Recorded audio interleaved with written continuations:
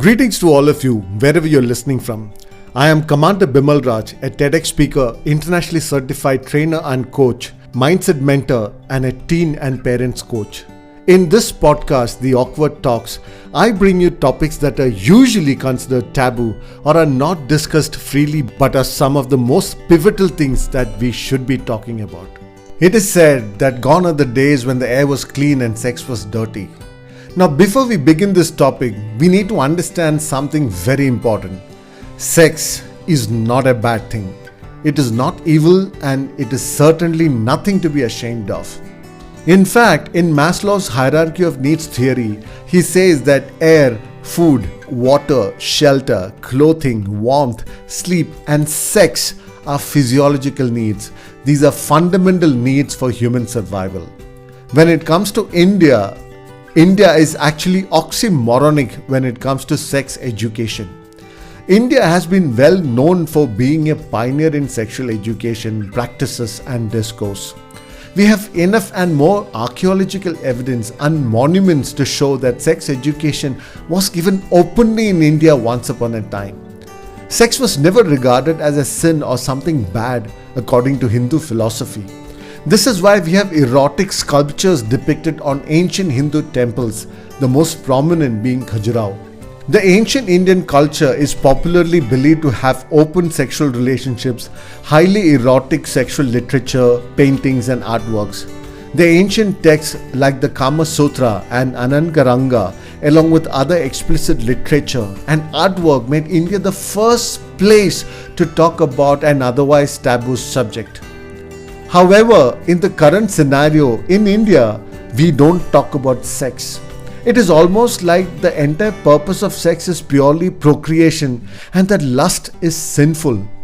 Now, Indian parents do not believe in sex education because they think that talking about sex will entice their children to have sex. So, they like to pretend that sex and sexual urges do not even exist.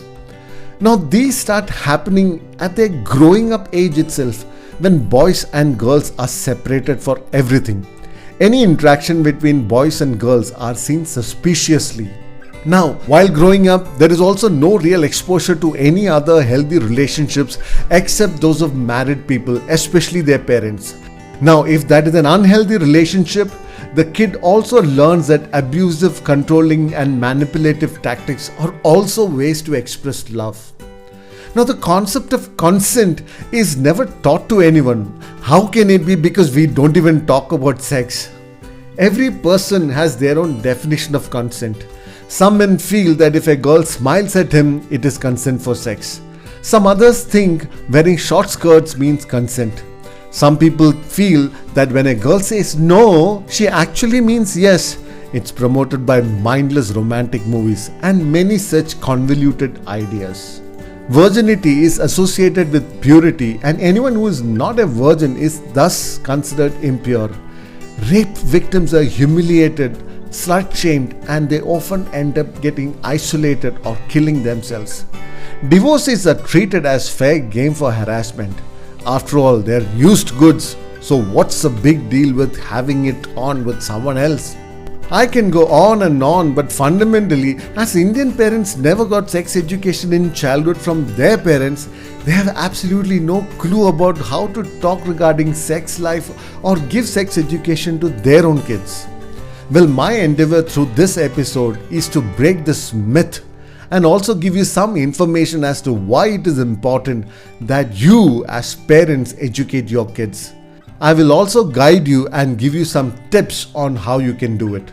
Now, to be able to do that, first of all, you need to change this thought process of sex talk being dirty talk or something to be ashamed of. Because whether you like it or not, our children are going to be exposed to the world's idea of sex through various mediums, be it a popular song or a music video or a favorite show. Why is it important for you as parents to talk about sex with your children? No matter how sophisticated parental controls for internet access are, research now shows that the average age that children are now exposed to pornography is 13, with some children being exposed by the age of 7. So the question you need to ask yourself is this: Would you want your children to learn about these things from the internet and strangers, or would you like them to understand it from you? Now let me give you some reasons also. Studies have shown that children of parents who talk about sex are more likely to put off having intercourse and use protection when they do have sex. Next, studies of adolescents found that having outlets to talk about sex and sexuality was also associated with a lower likelihood of engaging in sexual activity. Next, from an abuse prevention perspective, there is a significant body of research that indicates that these sexual predators will often look for targets or kids who have a lack of knowledge and understanding. They will look for kids who do not know the correct names of their genitals or who are not comfortable using the correct names of their genitals, and that makes it difficult for them to talk about any kind of abuse to others. It tells your child that you are a safe adult and they can come to you for open, honest and reliable information. They understand that they shouldn't feel scared or embarrassed to ask about sexuality or sex with you. This also tells your child that you are the trusted resource for this information and that they can count on you to be honest and as accurate as possible. Now, the biggest question that most parents have is when to have the sex talk or how soon is too soon. Now, experts are unanimous about the fact that it is never too early to talk about sex with your child. Talking about sex, sexuality and bodies from when your child is young can help your child understand that sex and sexuality are healthy parts of life. The so-called sex talk is not just one big lecture. It is a series of conversations across years because they cover many aspects. From understanding their own bodies, how bodies change during puberty, the basics of reproduction, issues of consent, unintended pregnancies, sexually transmitted infections and diseases, and contraception. Each of these need to be covered at the appropriate age. So let's try and divide the approach into few age groups broadly. Okay, let's start with less than 5 years. Now, during this time, you can use everyday moments to help your child learn about their bodies. While giving a bath or getting dressed is a good time to introduce the names of body parts, especially the private ones. You can teach your child that every body part has a name and its own job to do. It's best to use the correct names when you're talking about body parts. For example, penis, testicles, vulva, vagina, etc. Avoid using slangs like down there or pee-pee or chi-chi. Now, when you use the right names, it sends the message that talking about these parts of our bodies is healthy and okay. Now, we don't use different names for our left hand or right leg, right? And if your child knows the correct names for body parts, your child will be able to communicate clearly about their body with you or people like doctors if they need to. If your child asks, "Where do I come from?" instead of jumping into any kind of answer, you could ask, "What do you think?" Now, this helps you work out what your child is really asking and how much your child really understands. You could give a simple explanation like babies grow in a place inside the body called the uterus. Now let's look at 5 to 8 years old. Once the toddler phase is over, you need to talk to them about puberty. Some kids develop faster than others and you may need to talk to them by age 7 or 8. Their bodies change rapidly at this stage. There are a lot of new feelings that they experience and it is important to talk to them about what is and what is not appropriate. They need to know that no one should be touching their bodies. Talk to them about good touch and bad touch if you haven't already. This is also the time when they might explore their bodies and engage in masturbation. Never ever shame them for it. Just let them know that these are very private activities and should be done in private. Let's look at 9 to 12 years old. You should have had the puberty talk by now and your kids should know what changes they can expect and why. Many Indian families don't have an environment where parents can talk about puberty and sex with their kids. If that is your case, there are good books that you can get online. Get one and give to your child and tell him or her to ask any doubts or queries if they have. It would be a great practice to read together as well. You should also educate them about sex during this time, including what it is, how it is done, and how it can lead to pregnancy.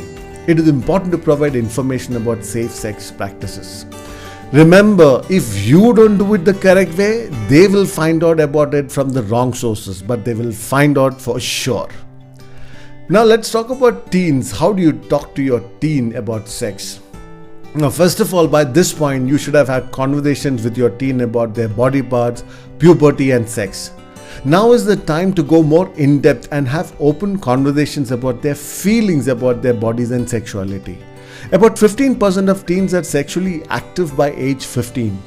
Even if your child isn't sexually active, they are likely to have friends who are sexually active or may even be discussing it. Your child could also be in a relationship where it's being considered or discussed. Ask your teen questions and remind them that you're here to talk. If they're uncomfortable, don't push too hard. Simply remind them that they can come to you if they need advice or support. Now remember that teens want to be independent, but at the same time they are scared and unable to handle all the pressures themselves. That is why you need to help them by setting boundaries for them. This way you'll be taking away their burden of having to take their own decisions when it comes to risky behaviors like drinking, smoking, having unprotected sex, or even having sex, etc. It is also good to set clear expectations like curfews, dating, rules about drugs, alcohol, etc. And do check in regularly to be sure that those expectations are met. They may say they hate you for it, but subconsciously they feel safe and protected and loved. Have conversations regarding this and allow them to negotiate. This would show that you respect them and understand that they are becoming more responsible for themselves. This is also the time they need to know about sexually transmitted diseases and pregnancies. If you started the conversation about sex early on, then this would be a very easy and comfortable discussions. Some parents delay the sex talk till the kids are teens, and then it gets really awkward, especially for the kids. Please do not demean sex or people who are sexually active. It is very important to teach both girls and boys about consent at this stage. Now, how can you start a conversation with your kids? It is natural to feel anxious to start the sex talk with your child. You can take the help of other parents who have done it, or take the help of a known therapist for guidance. Please remember that your child would be equally nervous. So be gentle and considerate and make sure that it's in a comfortable environment. Let there be no distractions like TV or even any other sibling around. Most children, especially teens, may say that they know everything about sex. When it comes to teens, according to them, they know everything about everything. So please don't consider it as an opening or a chance to escape from this conversation. Most of the teens would have convoluted notions about sex. Some of them who know about sex may not know the risks that are associated. Even if they know, do share your perspective honestly about sex and your views regarding it.